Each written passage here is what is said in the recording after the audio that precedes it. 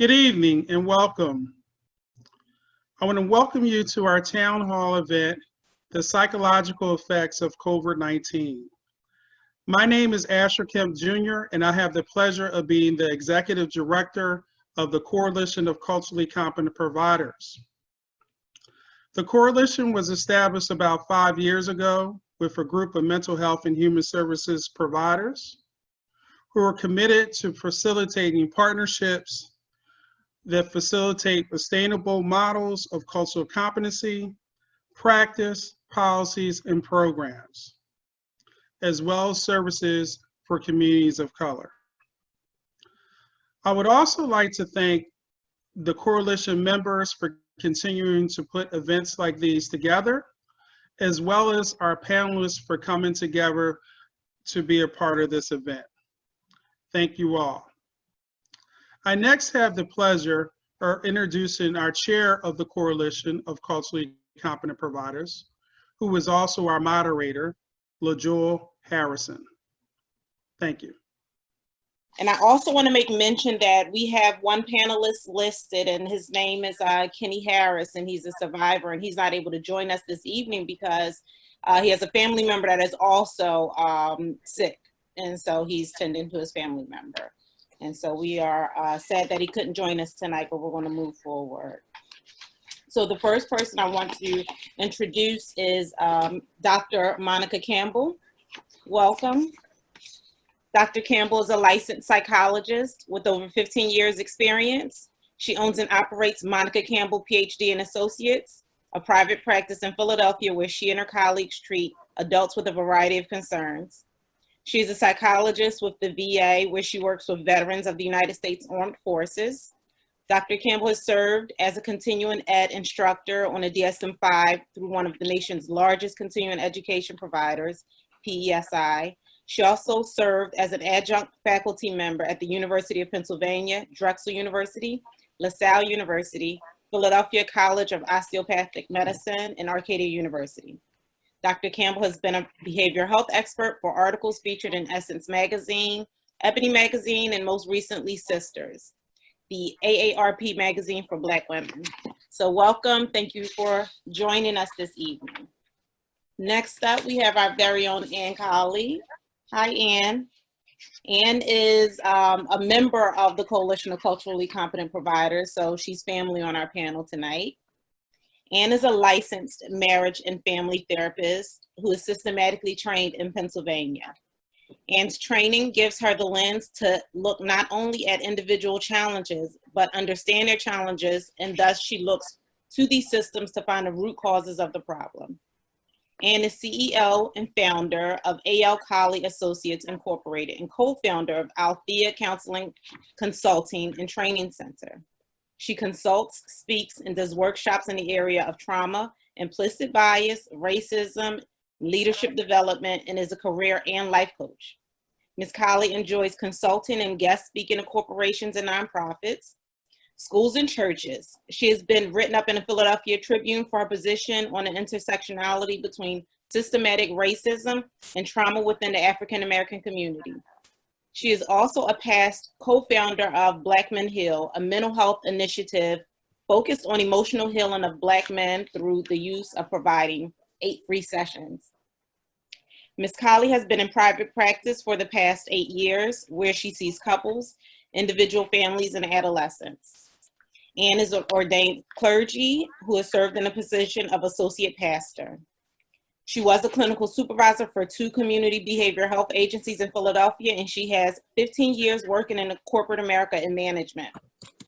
Lastly, Ms. Colley has been an adjunct professor for 17 years. She currently teaches at Harcum College in Sociology and PCOM in the Masters of Counseling program. Ann earned her bachelor's degree from DePaul University, her master's of business administration from University of Illinois, and her master's of divinity from Lutheran Theological Seminary, renamed United Lutheran Seminary. Welcome, Ann. Thanks for joining us this evening.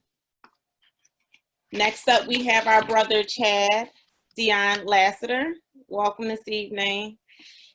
Chad Dion Lassiter is nationally recognized in the field of American race relations and violence prevention among American males. Mr. Lassiter has worked on race, peace, and poverty-related issues in Africa, Canada, Haiti, Israel, and Norway, and is called upon frequently by media outlets to comment on race relations and violent prevention. Mr. Lassiter is a co-founder and current president of the Black Men at Penn School of Social Work, Inc. It's a group that seeks to recruit Black males into profession of social work, as well as provide anti-racism and violence prevention training to urban and suburban schools around the country.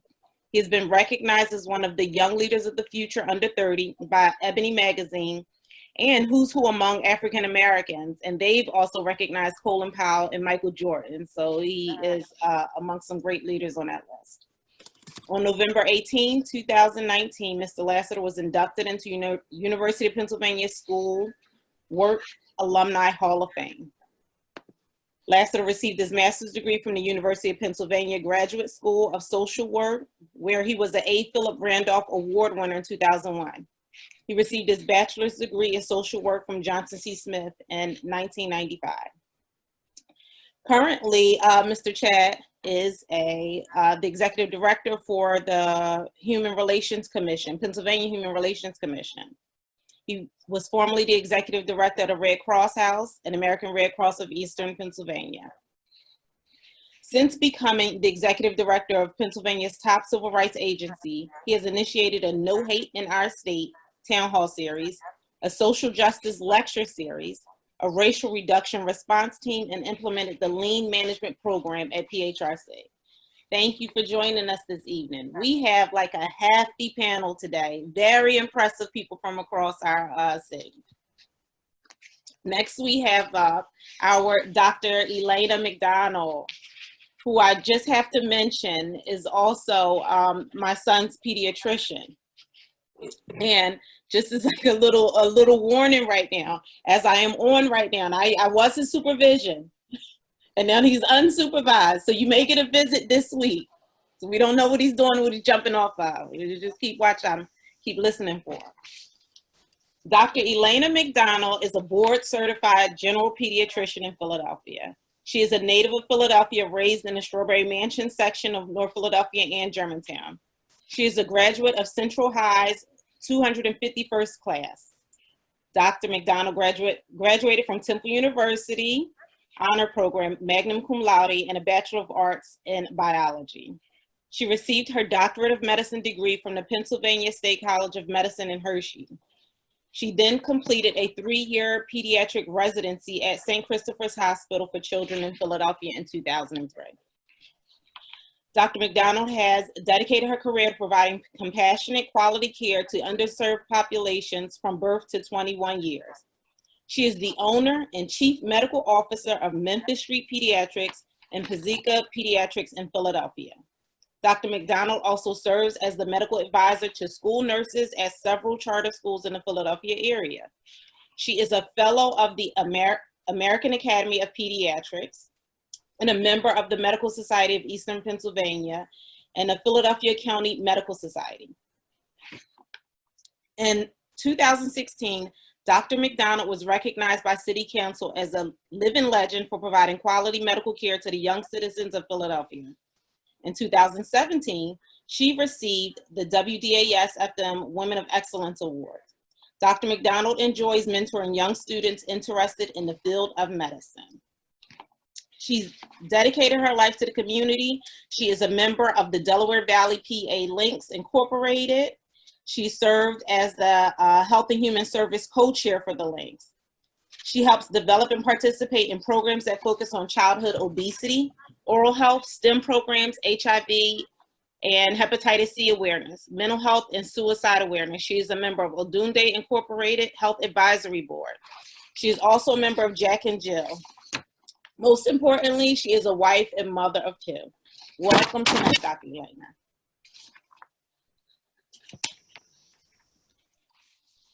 We also have with us Dr. Linda McWhorter, who is a licensed psychologist and assistant professor in the Child and Family Concentration at the Institute for graduate clinical psychology at Widener University. She's the director of Widener Child Therapy Clinic, which provides low-cost therapy services to underserved families in Chester and Delaware County. Her clinical work and research focuses on the impact of context on parental well-being and parenting.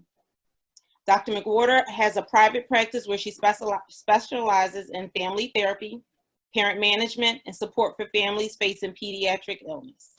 She completed research and clinical fellowships in pediatric psychology at Children's Hospital of Philadelphia and Nemours DuPont Hospital for Children in Delaware. Her research on the impact of traumatic pediatric illness on parenting and child psychosocial functioning has won awards at national and international conferences. We thank you for adding your expertise to us tonight. We also have with us Ms. April Siebert. Welcome this evening. Ms. April is joining us as our survivor and will be on hand to give us firsthand knowledge of what she's had to deal with since being diagnosed with the coronavirus. She is an essential worker for the William Penn School District. She is an implant to the Greater Philadelphia region, originally from New York. Her background is in childcare for more than 25 years. Welcome, April. Next, we have Reverend Dr. Alan E. Waller, who we all call Pastor Waller.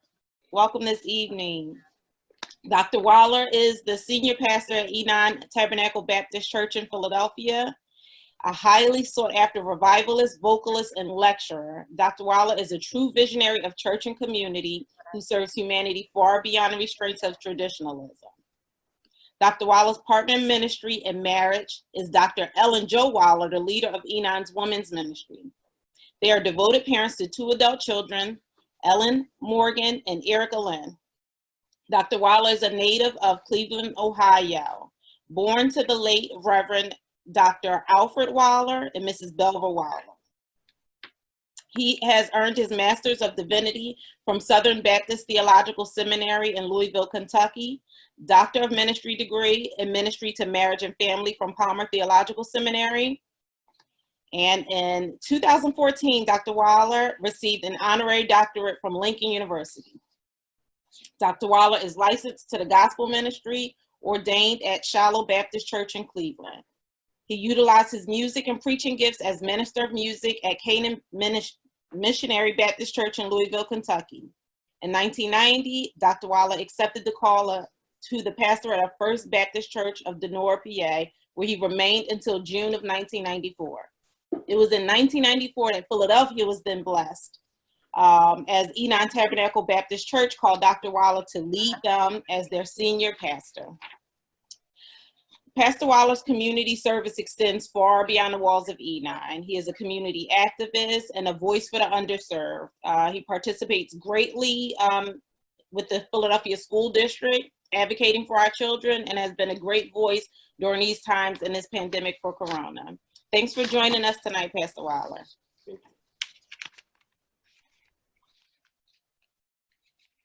Coming up next, it may look as if there are 2 of the same people on here. So now we have the twin sister of Dr. Elena. We have Dr. Delana Wardlaw with us this evening. Dr. Delana is a board-certified family medicine physician from the Strawberry Mansion section of Philadelphia, the youngest of 4, including her identical twin sister, Dr. Elena McDonald. She is also a physician. Proud graduates of Central, again, the class of 251. She received her undergraduate degree from Temple University, magna cum laude honors, and is a member of the Phi Beta Kappa Honor Society. Dr. Wardlaw received her medical degree from Pennsylvania State University College of Medicine and completed a family medicine residency at the former Montgomery Hospital in Norristown, PA, where she served as chief resident. Dr. Wardlaw has returned to her roots as she currently practices at Temple Physicians Incorporated of Nicetown, the neighborhood that I grew up in. She is fully aware of the discrepancies in medicine that particularly affect those in urban areas. She's dedicated her career to bridging such gaps in medicine. As a family medicine physician, Dr. Wardlaw cares for patients of all ages and often treats several generations of families. For her tremendous commitment, Dr. Wardlaw was recently awarded the 2020 Pennsylvania Family Physician of the Year Award. Congratulations. She is also highly active in the community and dedicated to education. She participates in health fairs, community events, radio talks, and school activities. She also precepts medical students and residents from Temple University Health Center. She serves on the Health Advisory Board for Doonday Incorporated and helps to develop and implement community empowerment programs focused on health awareness. She is also the recipient of the WDAS Women of Excellence Award for exemplary community service. She is a dedicated wife and mother of twin 11-year-olds. Thanks for joining us this evening. We also have with us Mr. Paul Sachs. Paul is a very close colleague. We've worked together for many years. He is currently the executive director of Marquee Philadelphia. Wave so everybody knows who Paul is. And he is a Pennsylvania licensed doctoral psychologist. He has authored 2 books and several articles in the fields of rehab psychology and corporate social responsibility. Thanks for joining us again tonight, Paul. And now we have up our Dr. Jean Wright. Dr. Jean Wright is a transformational, highly experienced and professionally trained clinical and forensic psychologist with over 20 years experience in behavioral health and proven success, and passionately leading people in managing projects and initiatives in the government for the city of Philadelphia. He is an adjunct professor for Temple University, Wilberforce University, and in rehabilitation and correction for the city of Philadelphia, Pennsylvania, and the state of Ohio. As a clinical consultant, facilitator, and trainer, Dr. Wright teaches the subtleties of human interaction to successfully embrace and celebrate the variety of personalities in the workforce and community.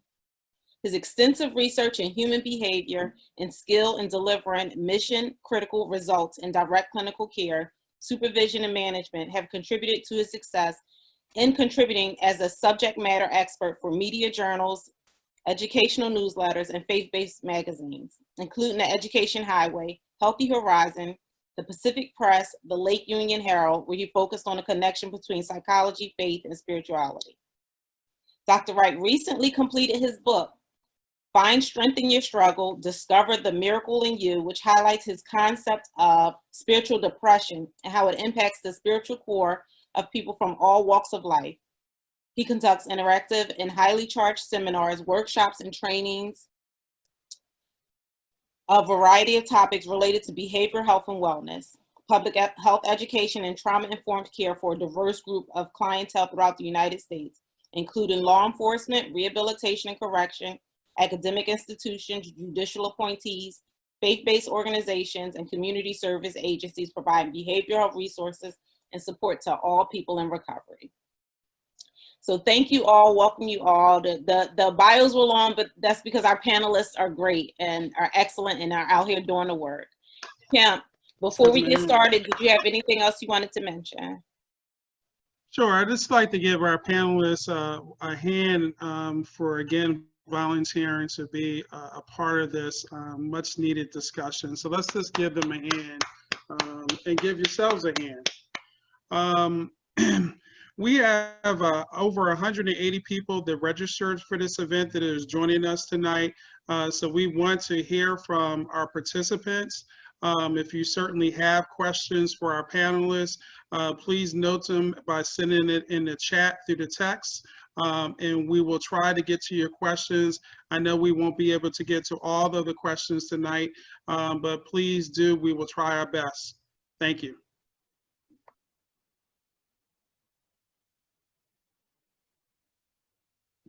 Well, let's get started. Let's jump right into this discussion. It's very needed discussion. So everybody knows it's 2020 and we are like knee deep in this pandemic, complete with disparate health outcomes. Can somebody chime in and just start, let's talk about how did we get here?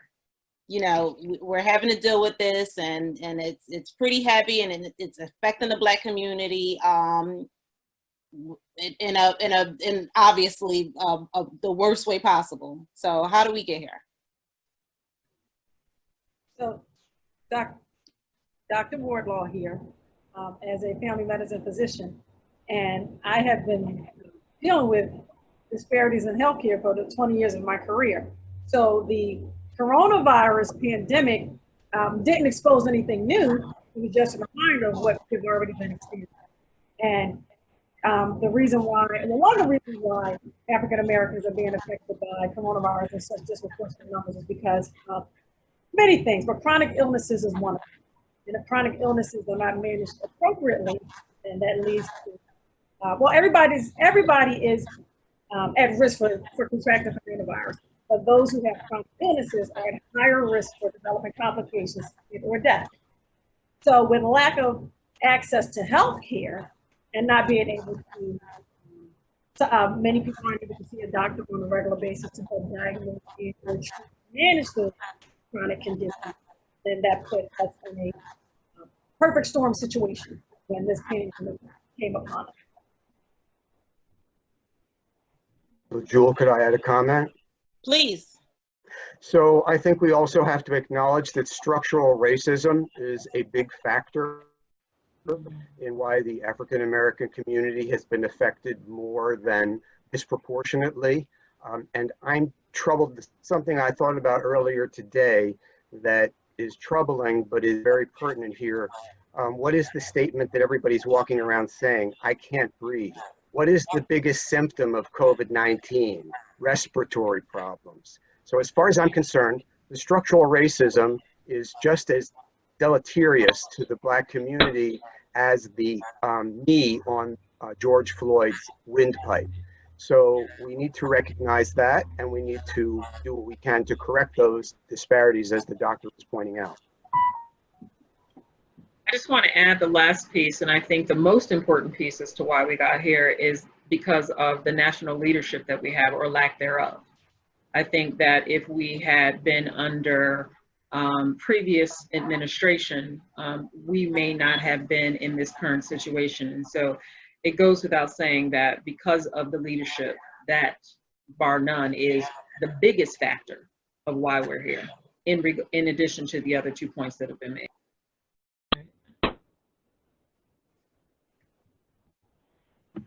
Yeah, I would just add that the leadership is an interesting piece. And I think the piece that's interesting for me is the slowness to react, or the slowness to put forth a plan. And so still to this day, we have many Americans who think this whole thing is a hoax. And that is that saddens me, because it actually goes across racial and ethnic lines. We have African Americans who think it's a hoax, who think African Americans can't catch it.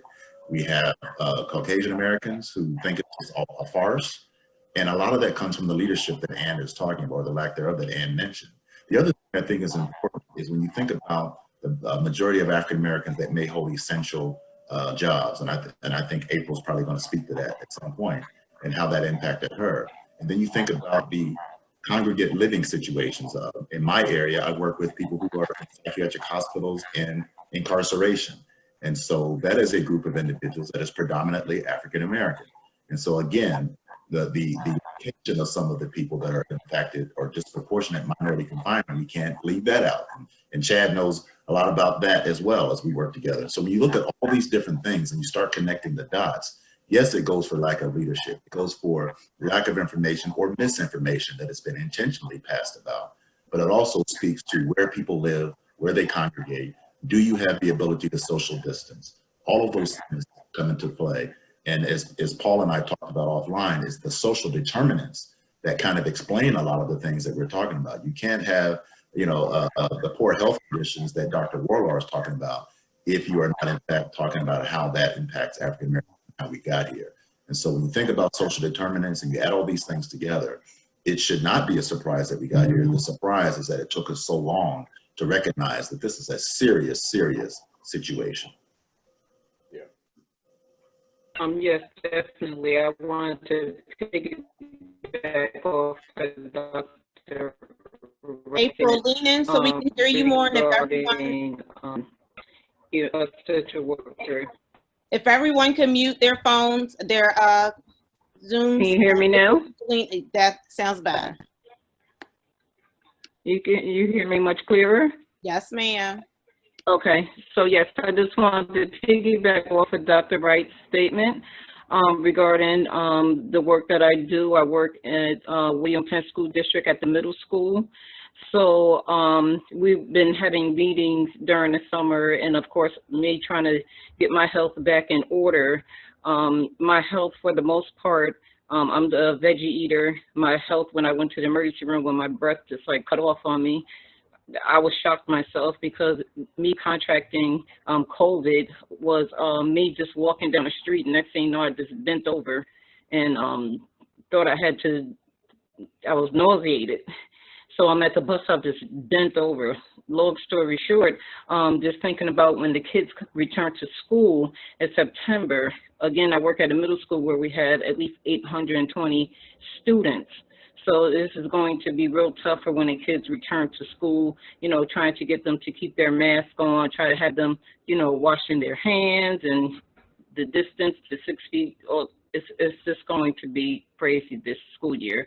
But I definitely want to say that when I contracted COVID, it was definitely scary. I lost 3 weeks of my equilibrium was off. I couldn't walk. My taste buds were gone for 3.5 weeks. I didn't eat. So I thank God for the doctor. Again, I'm not from here, so I'm trying to remember. I think she's at Crozer in Delaware. She called me and told me to drink Gatorade, which helped me return my taste buds. So that was good. But now I'm still suffering from the pneumonia, and so hopefully I'll be getting treatment with that. But this is a very serious illness that people need to take serious, you know, especially the African American community. Thank you. Chad, I saw you leaning in. Did you want to add anything? And maybe, and this is a chance for you to also add in, you know, like the social determinants and how they've contributed to the disparities. Yeah, I think while April was speaking, it just resonated with my spirit, because we build this as the psychological impact or the psychological toll that this takes on us. And so everyone on this call, we're doing the work. And then subsequent to that, we also have to worry about ourselves, but also those family members, however we identify family. And so for me on the state level, it was challenging initially, because you had the President of the United States articulating, you know, the Chinese virus. And so when we look at Philadelphia as the epicenter for the Asian American Pacific Islander community in Pennsylvania, they experienced boycotts, they experienced the defamation of property, and things of that nature. So for me, it was, we have to trend in that direction as an agency, subsequent to recognizing that in my various own community, similar to what Dr. Wright verbalized, a lot of people thought this was medical apartheid. A lot of people thought this was a hoax. A lot of people thought this was trending in the direction of the historical aspect of the Tuskegee experiment. And so then when you think about cultural expression, for a lot of African Americans, cultural expression, in particular for males, is we like to play basketball. So the notion of stay in your home, when even the United Nations says that, you know, play is a right that every child or every, you know, age appropriate young person should have. It was dealing with that, and then just figuring out all of those things that all of the individuals before mentioned, whether it was diabetes, type 1, type 2, pre-existing conditions that we had, food deserts. You know, a lot of our communities don't have healthy foods and things of that nature. So that intersectionality of all of that, coupled with the fact that personally, it was trying to figure out how I can get a 79-year-old mother to not continue to go to the CVS up in East Oak Lane every single day, because that just was her pattern. Recognizing that she needs to wear a mask, and then also for me, recognizing that this is a true moment where I had to take precautions, and I need to wear a mask at all times, and I needed to heed to washing my hands and things of that nature. And then I think all of us have narratives on this Zoom panel that can speak to, not from a morbid sense, but a lot of us have more than likely, I would imagine, we buried family members. I lost 2 family members to COVID-19 in this process. I lost several church members at Triumph Baptist Church. So it's doing the work, attempting to compartmentalize the moment that we're in, as well as making sure that if you trend in a direction, if you go outside of your house, that you also have to manage your own behaviors to make sure that you take care of yourself ultimately as well, because it doesn't discriminate, as Dr. Wright and all of these wonderful panelists know and will ultimately speak about. It doesn't say, I'm not going to get you because you're this or you're that. It crosses gender and it crosses racial and ethnic lines. And so I was just touched by what April was saying, and I know Dr. Waller will share more of his experience as well. But that's the face of resiliency, April. And we're the face of those who are in the context, trying to make sure that we bring adequate information, qualitative and quantitative data to our people to let them know, and just all people, all humanity, that this is no joke. This is actually serious. But all the structural racism, the systemic racism, all that intertwines with the moment that we find ourselves, as Paul stated. Chad, I would agree with you. I have to underscore again the problem with the national leadership. I don't deserve to be on this panel next to April because I did not have any symptoms. I believe that the Lord gave it to me so I could run my mouth. I was never sick. I never had, but I did test positive. But what I experienced after testing positive just highlighted the fact that our national leadership never handled this correctly. And even the industry. I think of the number of things that I was told by health professionals. At one point, I had 4 different health professionals tell me 4 different things about what comes next for me. I can only imagine. I mean, we went through whether it was 14 days, 10 days, 19 days, 3 days without a fever. And just at every turn, I was frustrated. The reality is, I believe, and this is my theological hat, I believe the Lord allowed me to get it because I'm the pastor of Enon, and it would get attention.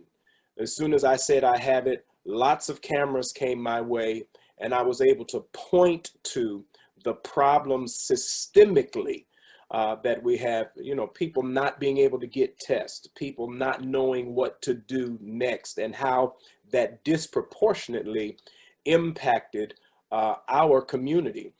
That's what caused me to get involved with the Black Doctors Consortium, because if we had not gotten them in, even when it was time for me to be retested, there was no clear guidelines as to whether I could or should be retested. Depending upon who you talk to, if it were not for the Black Doctors Consortium, I would have had difficulty even with the retesting piece. So this lifted up a number of systemic issues. But it also lifted up for me with our culture, the privilege that we all have. I started thinking about what it means to quarantine. We simply had to live like many people in third world countries. I am reminded that the work we do in Africa, the work we do with the Lot Carey Foreign Mission Convention, what we needed to do to handle this virus, many people live that way all the time. And there is a sense that this could also sensitize us to the needs of the world. Hopefully every American would realize, Black or white, there's a level of privilege that we have in this country that people don't have around the world. And we now are having to live a reality that countless people around the world live. And hopefully it will turn our hearts towards them and not just in on ourselves. I would like to speak what Pastor Waller said. You know, he said he felt like he got the disease so that he could be a spokesperson. And that's very important because we know that the African American community has a distrust of the medical establishment for lots of reasons and very valid reasons. So the messenger is just as important as the message. So if people don't trust the messenger, they're not going to get the message. So Pastor Waller was a huge speaking piece to get the information out, you know, that the importance of self-quarantine and doing the things that you need to do, highly respected in the city, people would listen to him. So the messenger is just as important as the message. And we also want to talk about, you know, as he mentioned, got different answers from different people what to do next. Well, we have to realize with COVID-19, we've got about 6 months of data from the United States, maybe 9 months when we go back to China. We have to be flexible and we have to be ready to make quick adjustments, because what I told you 3 weeks ago is probably obsolete today. And what we say today may change again by next week. So as we said, we started to move forward. We're trying to open up the country, but we're seeing spikes in California. We're seeing spikes in Texas. So, okay, we thought that we could move forward. Now we're noticing we may have to make an adjustment. So we have to be flexible during this. And then the last piece is accountability. We know that big government messed this up. This was a public health nightmare, okay? But just because big government didn't do what they didn't do, doesn't mean that each individual person shouldn't do what they need to do. So if you are leaving your house, I need you to put on a mask. Please don't show up at the restaurant without a mask and get upset when they say you can't come in. Please do not try to get on the bus without a mask. We're all in this together. The only way we're going to come out on the other side of this is if everyone takes individual accountability. And again, we know there are huge issues behind COVID-19, but everybody has to play their role in this. That's right. Thank you. Dr. Elena, you touched on this a little bit, and I want you and Dr. Wardlaw and Pastor Waller to chime in as, you know, members of the Black COVID-19. So talk about access to care. So you say the messenger matters in service, as long as with the message, but all of this affects access to care. So talk to us about what Black COVID did and how you decreased the barriers to getting tests out to our communities. Well, for access to care, again, we know that is an issue, and part of the reason is, again, there's no standard for testing, and again, that goes to the lack of leadership. Everyone has a different criteria of who can get a test at this place or that place. So again, we have to formalize a standard criteria for testing to be available so that it eliminates all this confusion. Number two, the barriers are removed to allow people to be tested. Again, government is sending mixed messages saying that we need to decrease the amount of testing, which we absolutely should not do. The only way to be able to mitigate the disease is to know how many cases we're actually dealing with so that we can know how to appropriately open the country and how to be able to move forward. So again, as volunteers, I went out and volunteered to provide access to testing because again, that is a part of the community work that I've been doing for years, trying to address disparities. And COVID-19 was just another, COVID-19 just really revealed what we have been experiencing, and access to COVID testing is one barrier. We have access to getting mammograms and access to getting colonoscopies and access to getting pap smears, and it's disparities all over the board. Even though I'm considered a highly educated African American female, I am still 3 times as likely to die in childbirth than a Caucasian woman. And again, those healthcare disparities just exist all over the place. And again, so to be able to step up and volunteer to do the testing and to be able to move the barriers, we need to be able to do that along all walks of life when it comes to medical conditions and every aspect of medicine. And to be quite honest, the fact that we had to do that speaks volumes. That speaks volumes in itself. You know, the access should have been there for everyone who needed it, But again, it just magnified what's been going on for years. The reality is Dr. Ayla Stanford is a pediatric surgeon. In fact, that she had to even do this, as you have pointed out, was the problem. What we were trying to do is be a trusted messenger. Even when I took the test, I didn't take the test because I thought I had symptoms or had been exposed.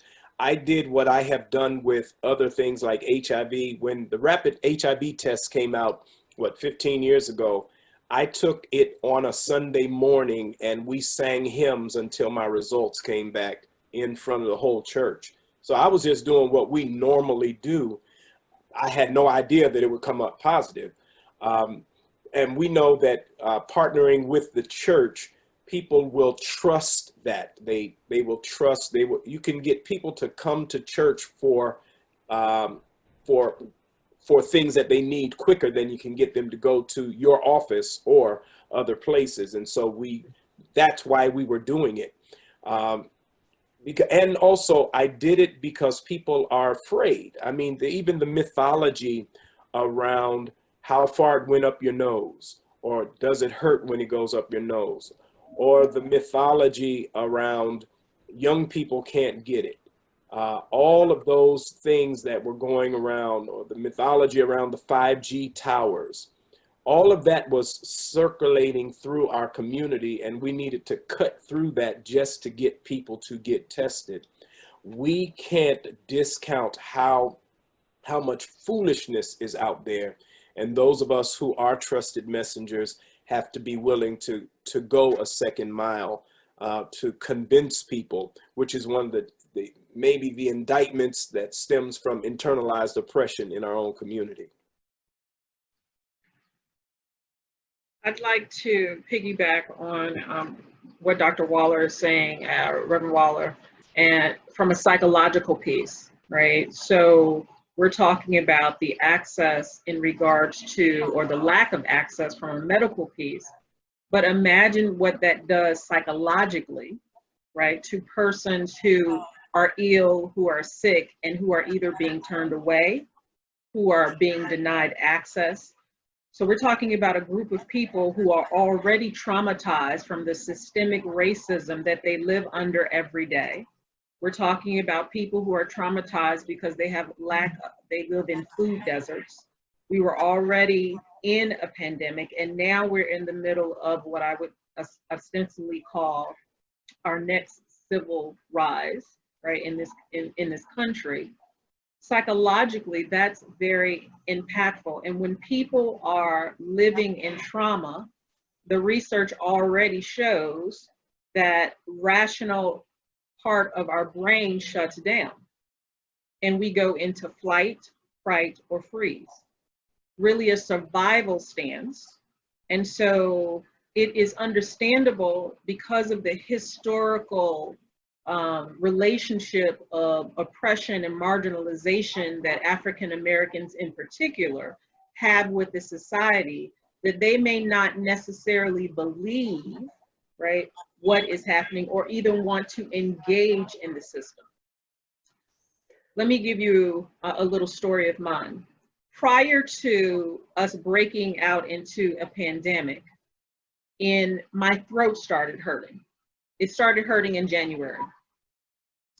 I was like, oh, it's sinuses. So I waited. I just took medicine. It hurt for 8 weeks.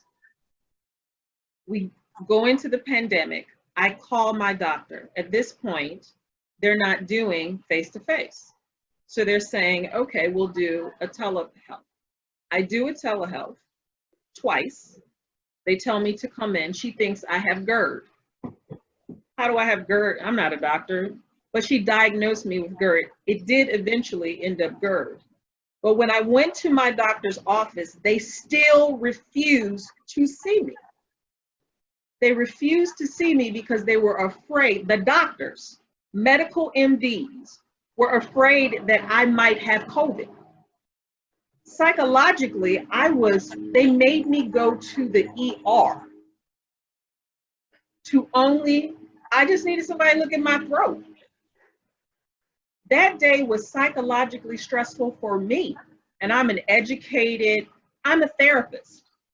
But even within our own community, right, going back to what Dr. Waller is saying, right, is that the psychological piece of what do you do? Know what 14 days, 7 days, you have a sore throat, but I don't have any other symptoms. You've already done a telehealth, but now you won't see me. And so I was put into a system, the ER, where I could possibly actually get it, right? So you've pushed me into the hospital where sick people are for it only to be what the doctor said it was. So psychologically, right, we're traumatized either by direct experiences or through vicarious trauma, which can be just as damaging and just as difficult from a psychological standpoint. This spins me right into the next question about stigma and how people are treated once they do have a positive diagnosis, right? And so you have fear, you have ignorance, fear, and then, stigma. So can we talk about how we can decrease stigma? First, talk about how it affects the coronavirus and probably increasing the spread of it, and what we can do to decrease stigma around it.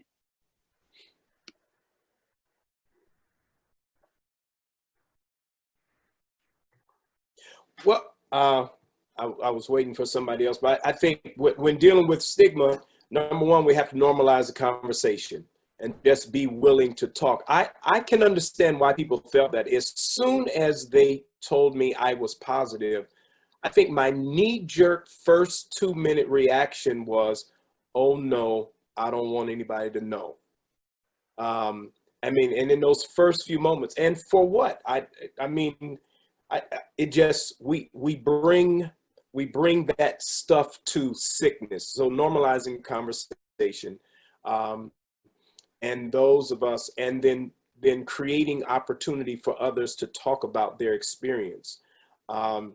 I got it when Chris Cuomo got it, and remember with Chris Cuomo, he had no symptoms for 7 days, and then it hit him real hard, and he was dramatic. So for about the first 4 days, I was just waiting to get hit because he scared me so that I just knew that was going to be my experience, and I was going to be on my back in 4 more days. So I think number one, we fight stigma by normalizing the conversation, talking about it, giving people permission to talk about it, and helping people see the other side of it. People begin to treat you like a leper when they find out you're positive, and they don't want to go near you. They don't want to go near your stuff. And we ended up cleaning the whole church after we found out that we had tested positive. So the only way to deal with stigma is to talk about it and to show love to people and get real information that's not sort of steeped in urban mythology.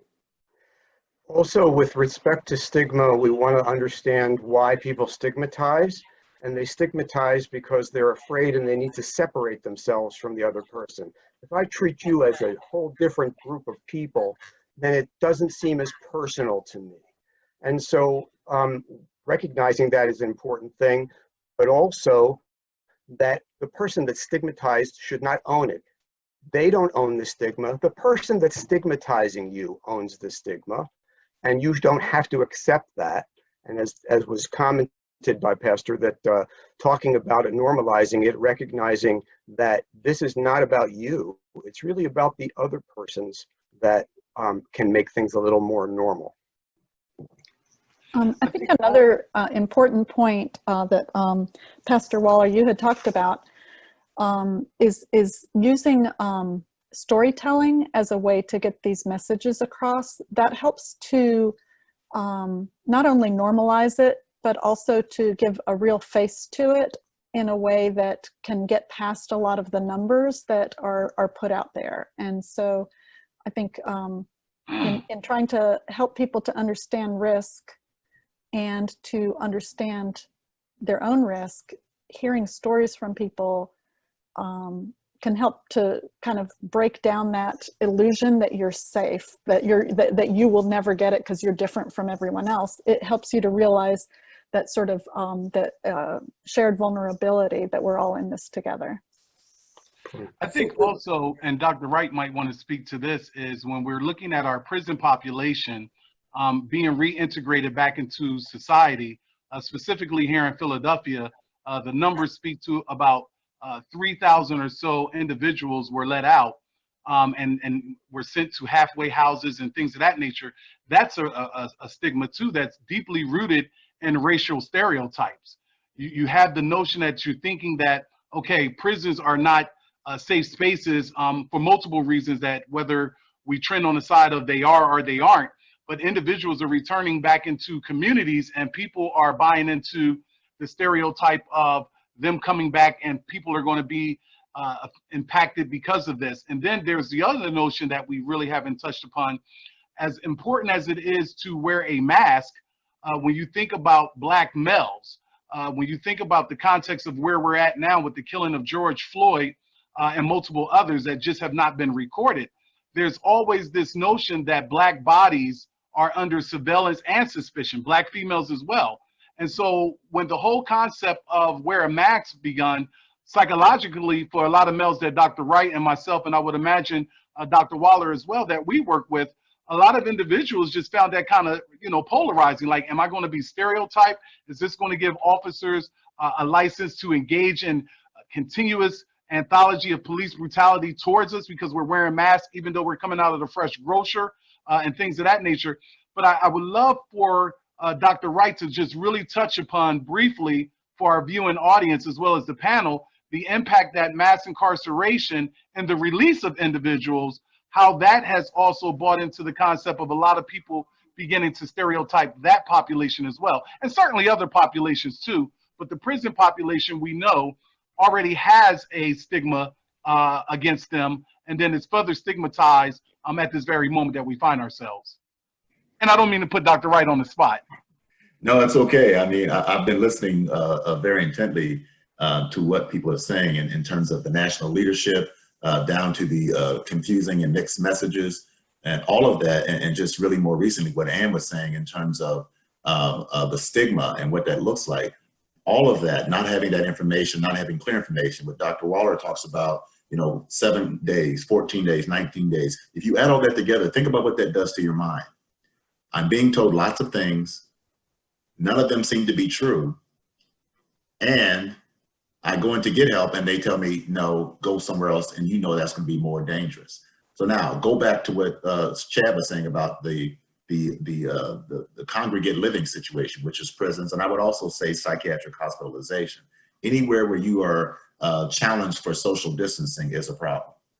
Dr. Waller talked earlier about the ability to social distance and what we're doing. Think about most of the people on this panel. When you were told to social distance, you had a spot you could go, you had a safe place you could go.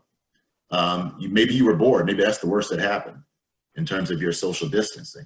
But think about that group of people Chad is talking about that have been released. And then think about that group that want to be released, but were not eligible to be released. I'm talking about not just the county jail, but the DLC, Department of Correction. There are individuals who were panic stricken because they were not released and they know that they're in a congregate setting where you can't social distance. And so the fear there, and then connect that to what Chad is saying about the disproportionate minority confinement, but also how people think about males of color. I'll give you a quick story. I went into the post office the other day, I won't tell you where, and I had my mask on. And an elderly gentleman, he must have been in his 70s or 80s. He was making a joke, and it was clear he was making a joke. He put up his hands and said, "You're not gonna rob the place, are you?" Now, I had 5 seconds to process that and come up with a response that met him where he was. And because I'm from rural Ohio, I knew who I was talking to. I also knew that he probably didn't mean any harm. And so my response to him was, and I pulled my mask down, "No, not today, sir. Just practicing social distance and safety for your sake." And I put my mask back up. He was 6 feet away from me.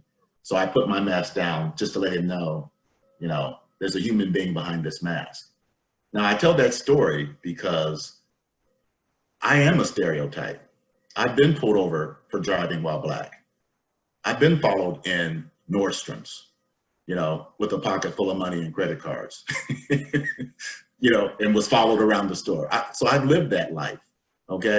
And so when you ask me, Chad, about what can I say about this group of people that are coming home, what I can tell you is that many providers don't want to accept them into their ranks.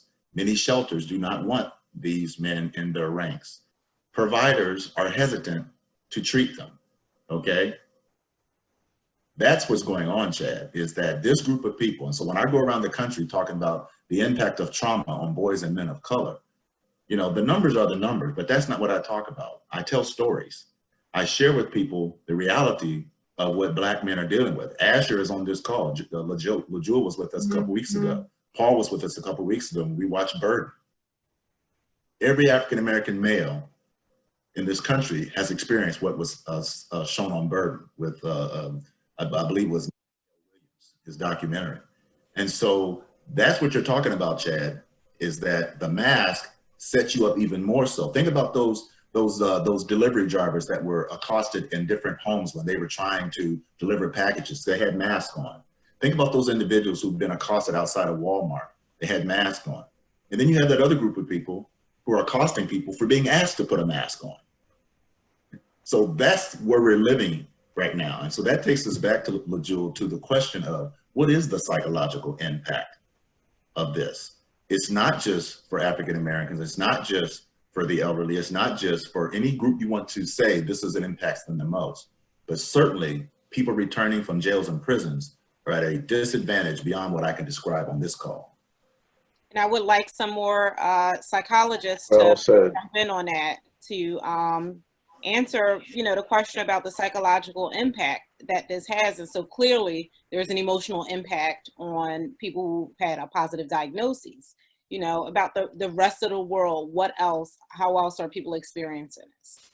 So I'll just add that what I've seen is that there's just been so much stress on people, number one. So we have COVID, plus what's happening in our country related to race, which is extremely stressful in a lot of different ways. One way I just want to say that I recently have noticed, I was also asked at my grocery store if I was going to rob the deli counter because I was wearing a mask, and I'm like, come on. So you have that. And then so I feel like right now, Black women, sometimes we're seen as less threatening. So we're kind of allowed at the table occasionally, we get to speak. But then now you have COVID and what's happening racially. So we're often like, oh, well, what do you think about this? And how are you feeling? And what can this organization do to have more Black people? And we're just trying to live and do our jobs and stay safe from COVID. So the stress is just layer upon layer upon layer.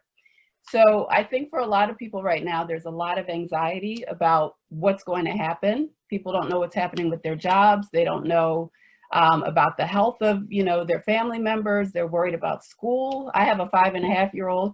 I have no idea how they're going to accommodate these kids, like none. So there's a lot of anxiety.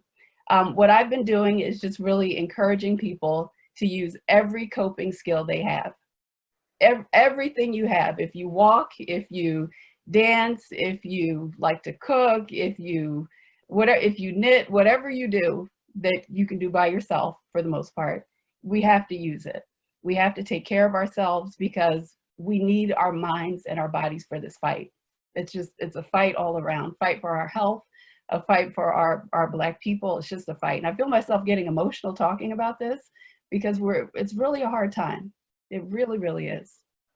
Dr. Wright and I talked about the role of learned helplessness, that when somebody's continually faced with a situation that they have no control over, they've learned to become helpless. And so counteracting that is some of the things that you just mentioned: positive thinking, not accepting those negative thoughts, and making decisions and doing the things that you can do to take steps. And one other thing I'll just quickly mention is there's a famous book about trauma called The Body Keeps the Score.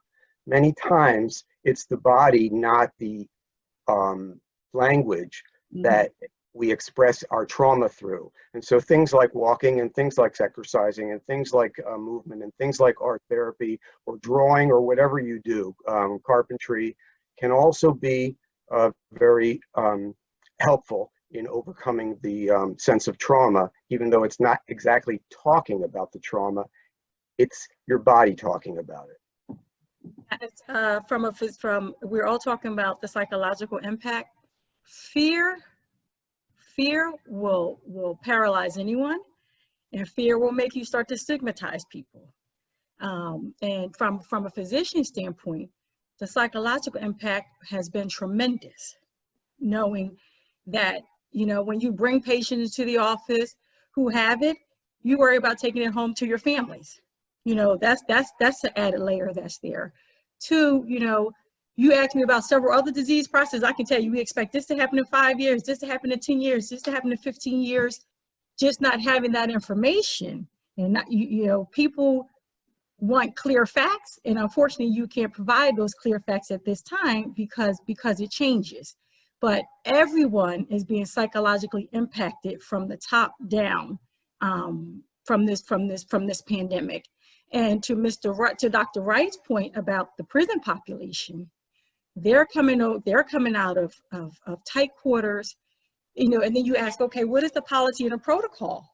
Where are they to go? If you're coming out of tight quarters when there's a high infection rate, should they be told to quarantine for 14 days? Where do they go? What policies or procedures are put into place when you put them into a halfway house, which has about 10 or 15 other people that could be potentially exposed? So there's so many layers that need to be addressed from every angle when dealing with this virus. And then I'd be remiss not to mention our children. We cannot forget our children who are suffering from this. You know, in a matter of days, they were told, you can't go back to school. You can't go play on your basketball team. You can't go visit your grandmother. You can't go outside next door and play with your neighbor next door. Yeah. You have to stay in the house. So children are very resilient, but this has been very stressful on them too. I'm glad that Dr. McDonald spoke to that point about our children. I'm on the board of governors at the St. Christopher's Hospital for Children, and one of the things that we've been speaking to a lot of folk at the hospital, social workers and others, is that it's very important that we get in the community as best we possibly can through social distancing and put things in the hands of families and communities as it pertains to play therapy, art therapy, music therapy. Our children are wondering what's going on. And so when we look at things, not from a hermeneutic standpoint, but matters of interpretation, how do we, in an age-appropriate manner, to Dr. McDonald's point, articulate to young people the very moment that we're in? Not just the talk that we give them because of white violence, white racism, white supremacy, the anthology of police brutality, but in a therapeutic way. This is why I need you to wash your hands, right? Growing up in my community, my mom and dad and grandmother would tell me to wash my hands all the time. I would only wash my hands when I went in the refrigerator and when I went to the bathroom. We find ourselves socialized in certain ways, and some of us are germaphobe, but I'm glad that Dr. McDonald, I'm glad that you really hit upon that point, because I think it's also incumbent upon all of us to use our privilege and our voices to leverage it on behalf of all humanity. And in this particular case, by me being on the board of trustees at St. Chris, I'm constantly reaching out to my colleagues and saying, listen, what are we doing? We have a center there for the Center for the Urban Child.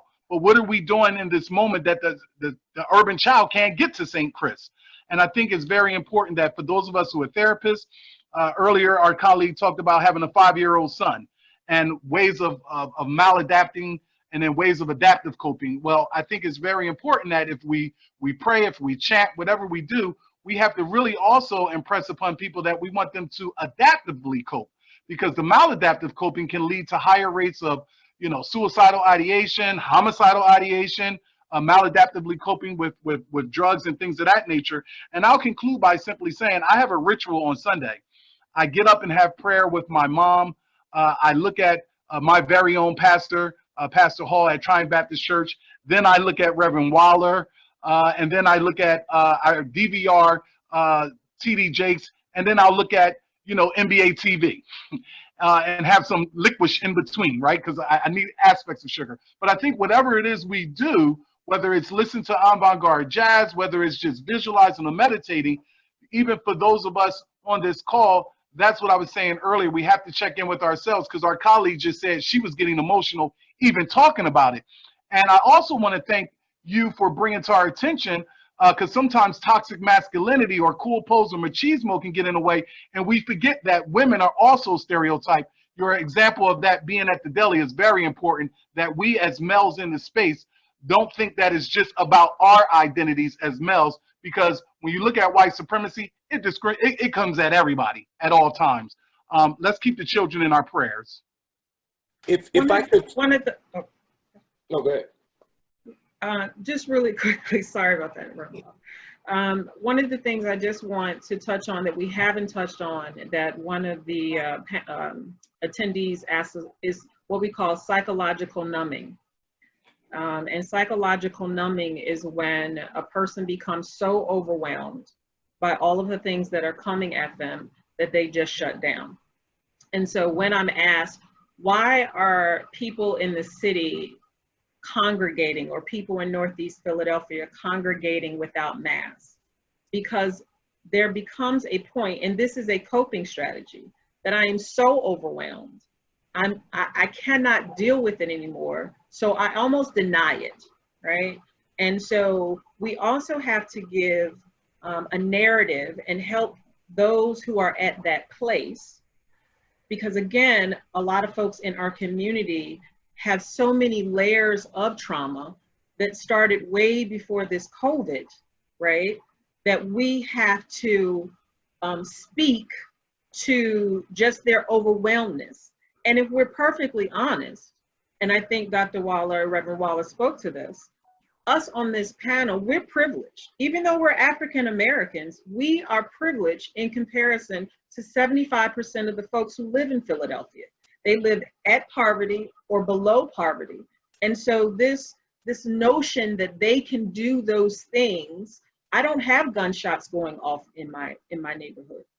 I didn't have 19 people being shot where I live that happened in Philadelphia, and 100 people shot in Chicago across the city. I'm not impacted by that. There's this thing about the firecrackers. I don't hear firecrackers. I live in Montgomery County. So the things that we're talking about, we have to be mindful of as to how people in a different socioeconomic can actually actualize and self-actualize in a way. And so that our initiatives and interventions that we are suggesting to them, that they properly fit those who are in that population, right? Because it's impacting that population very differently than the population who's sitting here on this panel today. So I definitely want us to keep in mind that as you're going out and you're coming up with interventions for our city brothers and sisters, that you're mindful of the psychological numbing, and that it doesn't become a pointing of a finger and a judgment against them because of behaviors that you don't deem as appropriate or don't understand. I think that was a very valid point, and I think also we need to take into consideration that we were talking about the stigma of testing and even, you know, of getting a positive test, but we also have to be concerned about people are fearful to get tests, because if they test positive and then they can't go to work and then they can't provide for their families, that is a huge issue. So that prevents people from even wanting to get the test. Not that they don't, you know, they're bucking the system, but they are fearful that they're going to be told that they can't go to work or they can't be able to provide for their families. Or if they have to isolate or self-quarantine and they don't have enough room in their multi-generational home, then where are their family members going to go? Or where are they going to go? And the city, or I should just say the leadership, has not provided enough resources to be able to address those problems. So that makes some people hesitant to get the test. And again, we have to try to educate as much as we can. Listen, we understand your concerns. However, if you are living in the home and you are potentially exposing your 90-year-old grandmother, then that is an issue as well. So we have to be mindful of why people are hesitant about getting the test and try to break through those those layers and really try to reach those people as well.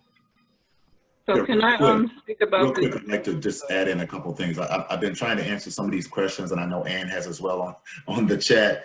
But real quick, when people ask about their children and they ask about their elderly, that is a connected question for me, because I talk to a lot of people who want to know when they go to visit their grandparent or their parent, and they have their children, how do you social distance with that 5.5-year-old that Dr. Campbell's talking about?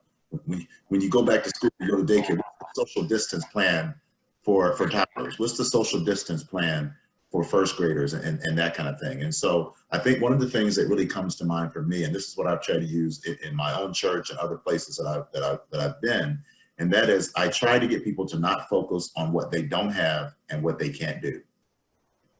You know, I mean, I think Pastor Waller, help me if I'm wrong, I don't want to get out of my lane, but I think it was Exodus, the question was asked to Moses, what's that in your hand? And so that's what I've been asking people. What do you have in your hand? You know, whatever you have in your hand, that's what you can use. And so I think as we talk about the psychological impact of COVID, it's also important to talk about the skills, talents, abilities, and resources that we have in our hand. If we spend the time talking about what we can't do, where we can't go, and what we don't have, then that's going to exacerbate the psychological impact of what you're going through. And so one of the things, and it's really not a choice here, you can either choose to continue to make the fear worse by asking these questions, or you can say, all right, let me really compartmentalize this thing as best I can and look at what I do have. When I talk to a 6-year-old, they kind of get that. When I talk to my 84-year-old mother, she gets that. And so the question is, Mother, I know your grandchildren can't come up over here and go and hug you and all in your face like they used to. So what can we do? Oh, we can sit out on the deck and your grandkids can come out and stay a distance away, and you guys can sing their favorite church songs that you used to do. It's just not all up in each other's faces.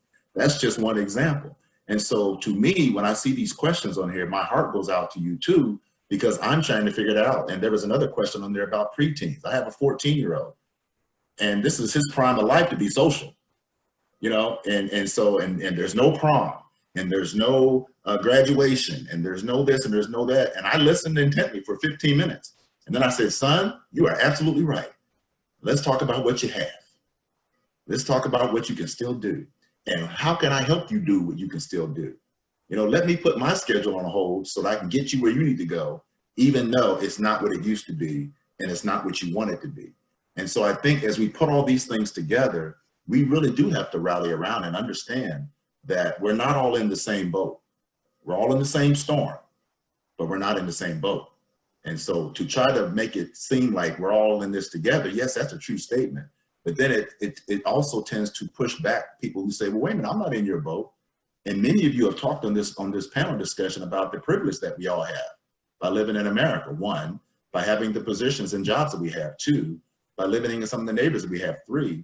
And so there are people, and I think April was going to say this earlier, but there are people who do not have the same challenges as other people. And so we're not in the same boat. And we should not pretend that we're in the same boat as we're going through this storm. We are in the same storm. And so how do we rally our boats together in such a way that we can roll through this thing and get to the other side of it?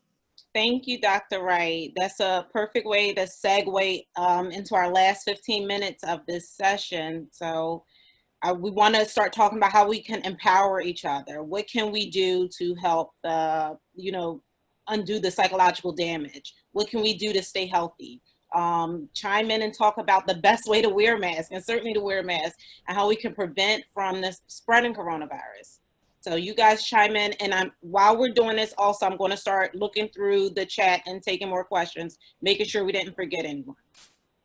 I want to just talk. Oh, I'm sorry. Go ahead. Okay. I'll talk a little bit about being psychologically healthy. Again, every coping skill you've ever had or wanted to try, now is the time to do it.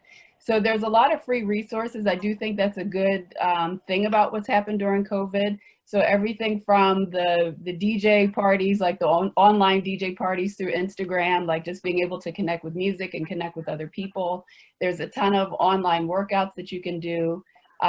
Dance Fit in Chestnut Hill is a Black-owned gym that does live Zoom fitness classes. They're pretty cheap, and I like it, so that's a good thing. And then also, I would say meditation, which is something that I think Black people sometimes are like, I don't know about meditation. Like, what is that exactly? But it can be a really great way to just focus your mind, stay present focused. I think there's so many unknowns that if we get too caught up in like what might happen and how is this going to work, you will completely overwhelm yourself. So just staying in the present moment, doing what you have, like being focused on what you have to do now. As Dr. Wright said, what we have now, what we can use like technology to stay connected is really, really important. So 2 ways that you can meditate pretty cheaply. Headspace, which is a great online app. They actually have a free thing going right now for people who've been affected by losing jobs during COVID. So they have free trials anyway, but they have additional free stuff for COVID. So Headspace is one app. Calm is another app. They're very good meditation apps that you can try for free. So I would say connect with free stuff. There's so much great stuff on the internet for free that we can access. I would like to just really mention quickly that social distancing does not mean social isolation. And we really have to keep that at the forefront and making sure that we are connecting with our elders. And even though, you know, we aren't able to see them, making sure that they are, we're talking to them over the telephone. And I have really realized that a lot of the elders, they do know how to use the technical devices. They go on Zoom for church and they go on Zoom for their Bible study meetings. So we do have to utilize that with them for family members as well, and making sure that we are staying connected and making sure that we are just being mindful that this situation is stressful for everybody, but the social distancing does not mean social isolation, and we need to take advantage of the resources that are around us. And Dr. Campbell just mentioned several of them. I also wanted to share some resources for kids. I think it's been hard for some children to stay active during this time because they're not able to go out and play with their friends and run around. And there's a website called Go Noodle that has a lot of active things for young kids that can kind of keep the little ones, you know, give them a chance to get some of their energy out. Also, I think it's important for children and adults to limit access to all of this information sometimes. Take a break from the news, take a break from social media. And because we know that the more people are, the more closely people are following the media right now, that the worse they're feeling. And so give yourself a break sometimes. It can be really helpful for children to have some type of a routine and, you know, kind of set up a routine for them so that they know what to expect next. Kids really thrive in a routine. So, you know, having sort of a set time to do different things throughout the day. And then for everyone to make sure that, you know, as much as possible that you're eating regularly and well and staying hydrated and getting enough sleep. And that's not always possible. And it can be, there's a lot of things that interfere with that, especially for parents of little kids. And one other suggestion that a lot of people really benefit from is that just recognizing you can take just like a few seconds of break throughout the day. If you just take a slow, deep breath, close your eyes and imagine a place that you like to go, that can actually kind of reset your nervous system and give it a break. And if you do that at specific times throughout the day, by the end of the day, you have more resources internally to be able to manage the things that you're managing. And it can just take a few seconds.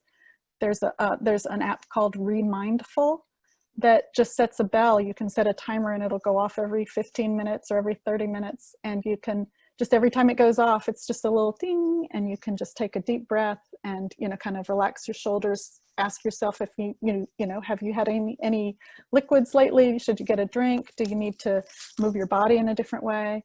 That type of thing. Speaking to what Dr. McWhorter said and Dr. Wright said, you want to meet people where they are. You need to know what the people you're working with are actually dealing with to help them make adjustments. So as a pediatrician, we need to get our kids out. So work with what you have.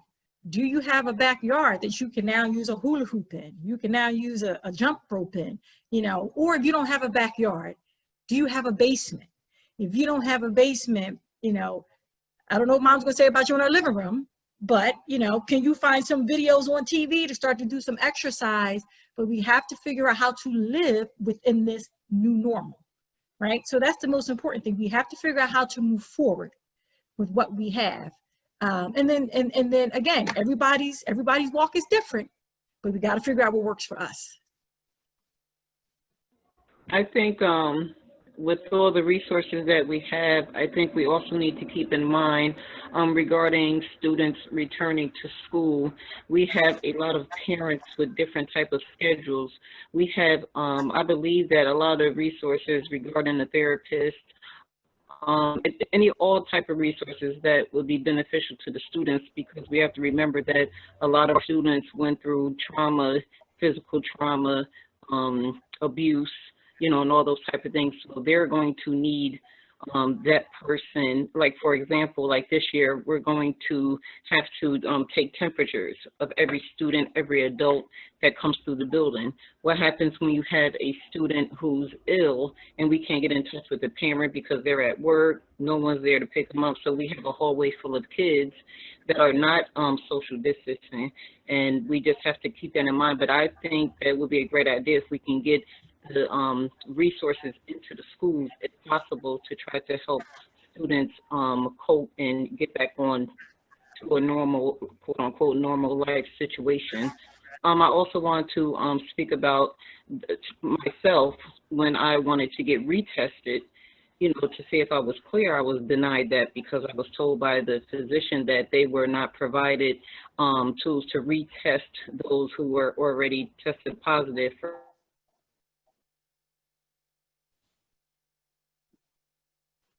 Okay, we lost April.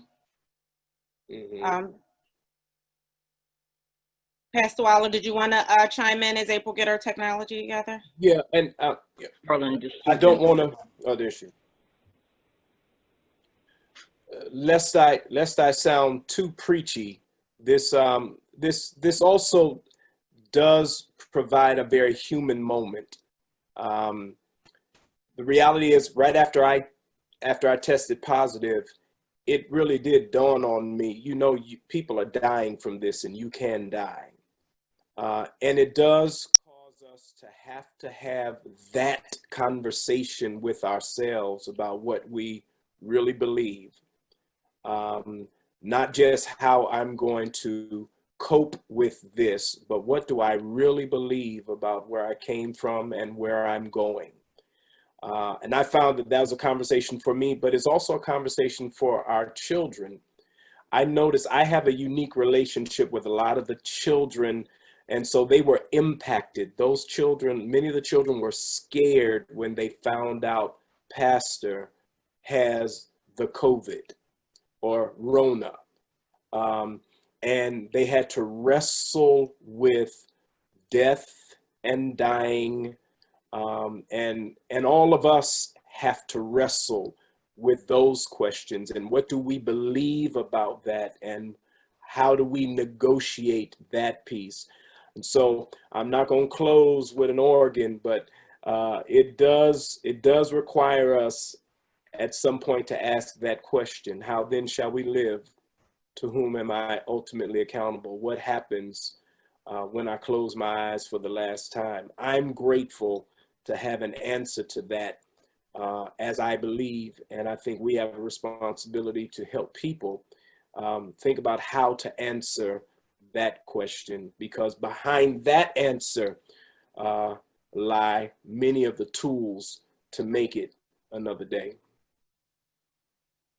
Yeah, I think, go ahead, Ann. No, go ahead, Joe. I think of the 3 R's in this moment, for those of us who are engaged in this work. I think that we have to ultimately continue to renew our spirits. For me as a Christian, that means that I'm going to pray, and oftentimes fasting may be private, but I'm going to pray. I'm going to fast. I'm going to do whatever I need to do. I think that every morning we have to get up and we have to recharge ourselves.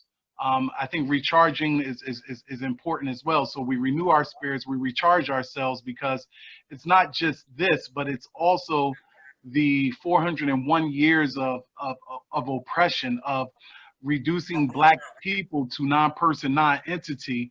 And then I think ultimately the third R, which may sound touchy-feely, kumbaya, tiptoe through the tulips, and we shall overcome, but we have to reward ourselves for the minor accomplishments that we've made. And those minor accomplishments is if we spoke to someone in our church, our house of faith, our family, about just staying safe and taking care of themselves, I think that's very important.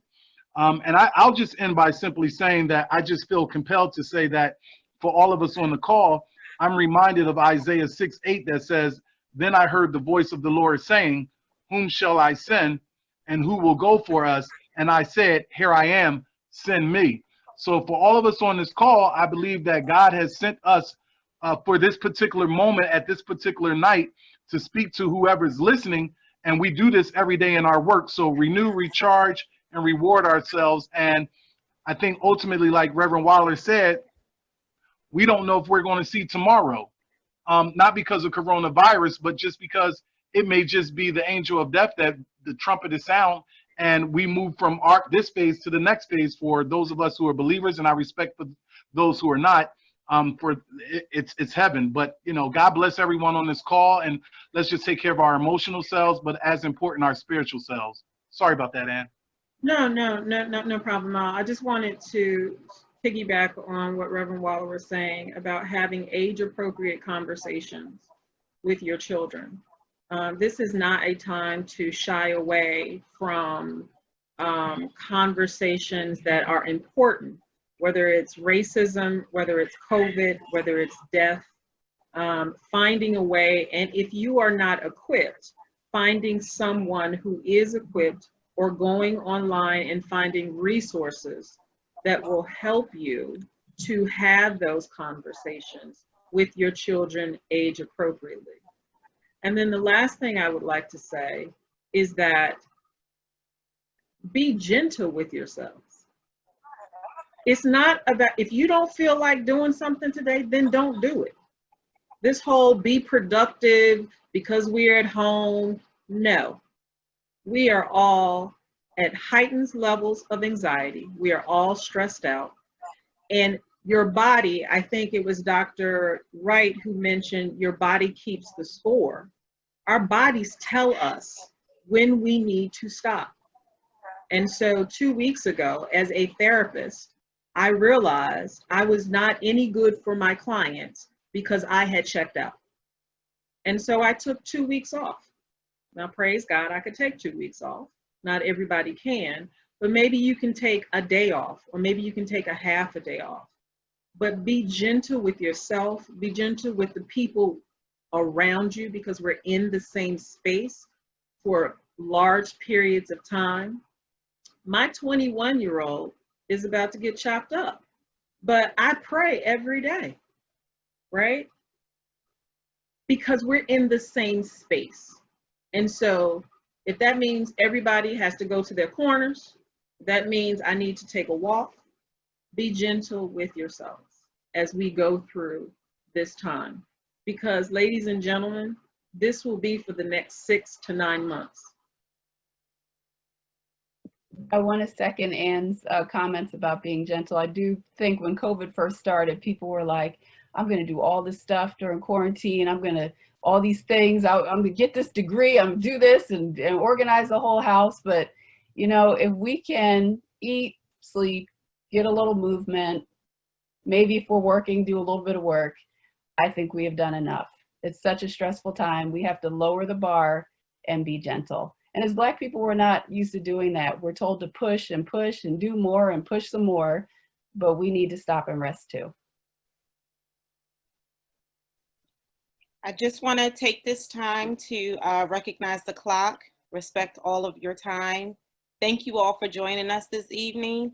I went through the questions. We had some great questions coming through, but my amazing panelists, I see you guys have been addressing the questions as we've been going on.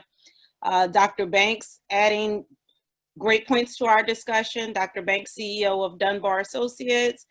Your voice on the panel was very missed, but I'm glad you threw questions in to keep us going and to keep us focused. As we close out, I want to thank our executive director, Asher Kemp, for putting this together. Renee Dorsey, who is our be all, do all. Thank you for coordinating this event. And Asher, I want to give you the mic to close us out. Thank you. I just want to thank all our panelists and you, LaJewel, and also all the members of the coalition for continuing to get behind events like this that are really needed for our community. I also like to thank our committee people who helped to put this together, because one of the things for us, this technology is new for a lot of us, and we are building the road as we're going down it. And to have so many volunteers that are a part and understand this technology that helped us put this event together and some of our other events. So I just want to recognize and thank them for their contribution in doing that as well. If you would like to find out more information on the coalition, Renee will post up our information on our website and our phone number. If you are interested in joining the coalition, please feel free to give us a call, or if you'd like to find out any more information regarding to if we can connect you with some of these panelists. I know that we had a conversation yesterday as we were preparing for this, and an individual needed some medication, and we were able to connect her with Dr. Michael McCoy from TMT Pharmacy, that we were able to give that person the medication that they needed. So, you know, please feel free to reach out to us. Also, we do read and look at your comments. This helps us develop events like these. So there is a brief survey at the end of this. So if you wouldn't mind, please taking the.